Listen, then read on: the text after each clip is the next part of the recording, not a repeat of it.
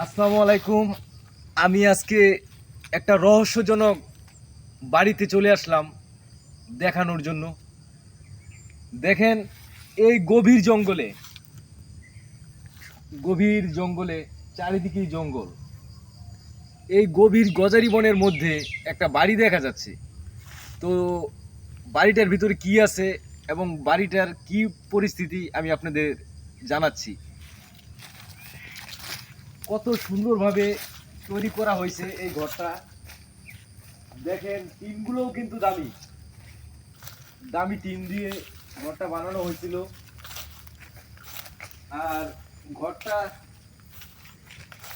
মাটি মাটি দিয়ে তৈরি। আমাদের গাজীপুরের আগের যে বাড়িগুলো আছে, পুরাতন বাড়িগুলা, এগুলা কিন্তু বেশিরভাগই মাটি দিয়ে তৈরি, মাটির ঘর। তো এখানে কেউই থাকে না, কোনো লোকজন নাই। ঘরটা খুব সুন্দর করে কিন্তু তৈরি করা হয়েছে। তো এদিকে আসো।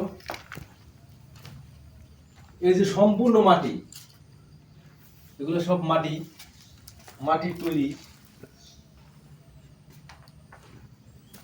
এখানে লোকজন জনবসতি নাই। এত সুন্দর একটা বাড়ি। সম্ভবত এই বাড়িতে যারা ছিল, এই গভীর জঙ্গল এবং যাতায়াতের ব্যবস্থা তেমন নাই। এবং দেখা যায় যে এখানে থাকলে একটা পরিবার যদি এখানে থাকে, সেই পরিবারটার কোনো সমস্যা হলে আশেপাশে যে ডাক দিবে, এরকম কোনো লোকও নাই। তো এখানে সব কিছু তৈরি করেছে।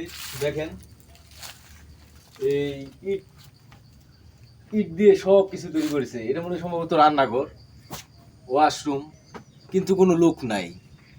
ভয়, চারিদিকে বন, ভূত পেতনির ভয়ও হতে পারে, চোর ডাকাতের ভয়ও হতে পারে।